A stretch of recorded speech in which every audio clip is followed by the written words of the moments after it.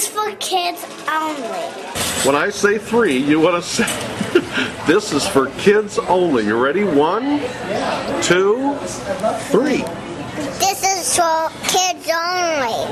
It's for only kids. Hey kids, Petaluma Pete here, and we are not in downtown Petaluma today, but we are out here at the Petaluma Airport for a very good reason. And we're going to learn a new word today. That word is flight. You ever heard that word before? Well, if you want to know more about it, come with me.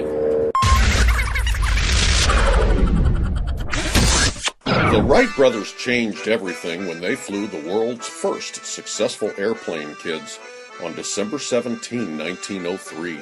What does that have to do with Petaluma? Well, 7 years later, a young adventurer named Fred Wiseman made the first airmail flight to Santa Rosa from Petaluma.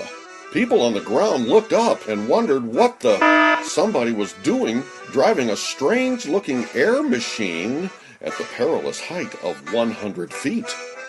Did you know there is even a memorial to Fred Wiseman right here in Petaluma, kids? Well, that's just the beginning, because soon all of Sonoma County will celebrate Wiseman's historic flight with a huge 100th anniversary party. And part of that celebration includes the Petaluma Airport Wiseman Centennial Celebration Program on February 19, along with Petaluma Pete's first annual Fred Wiseman Kids Only Plane Ride, absolutely free to the lucky kid whose name is picked in a random drawing right there at the airport during the event. Have you ever explored a real plane up close, kids? Have you ever seen the inside where the people sit and look out the window? Well, real planes will be on display on the 19th, so you can do just that. And if you are the winner of this plane ride, your flight pattern will take you right over downtown Petaluma. But this is not just any random flight pattern, kids. No, no, no. You will follow the official Petaluma Pete flight pattern that was actually flown by retired Petaluma Airport manager Mike Gloss. And Petaluma Pete sure hopes you can push an airplane around all by yourself like this when you're Mike's age.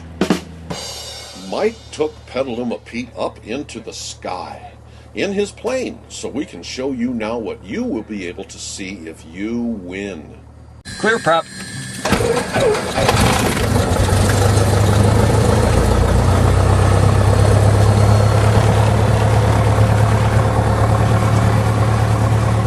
It was a perfect day, kids. We sat on the runway waiting for incoming planes to land, which Mike says always takes priority. And as we rolled down the runway, all we could think about was the lucky kid who would be seeing what we were about to see. Now here's a map featuring downtown Petaluma, kids. And as you can see, the airport is across the 101 freeway, indicated by this blue circle. So, up, up, and away you will fly in this big blue circle, where you will be able to take in the rolling hills that are east of downtown, and the view is amazing. Make sure you choose a day when the sky is a beautiful blue and you can see forever. Now, in keeping with the Petaluma Pete flight pattern, you will then make this big, long turn, kids, so you can view Lucchese Park in all its glory, with the big lake behind it, glistening in the sun. Wow, I had no idea it was so big. So that takes care of circle number 1, kids. Back to our Petaluma map, and you will see your next destination indicated by this new red circle. On the way there, you will pass over the Sonoma Marin Fairgrounds. Look out the window and you'll recognize the racetrack way down below. The wind is so strong it makes the camera shaky. Hard to hold on to. You'll also recognize the 2 big, beautiful towers of the St. Vincent Church, kids. And it's fun to look all around and try to figure out where you live in relationship to this landmark. drawbridge is up. Now let's go back to the map and add this big green circle, kids, where you will cross directly over the heart of the city to get there, and probably spot the mighty Seth clock tower at Petaluma Pete's favorite corner. It's too windy, Captain. I can't hold it steady. Usually you have to look way up to see this clock, but now you'll be looking way down at it, along with all the other old rooftops in the coolest downtown in the history of mankind. In keeping with the Petaluma Pete flight pattern, your Petaluma map will now present the fourth and final circle, an orange circle.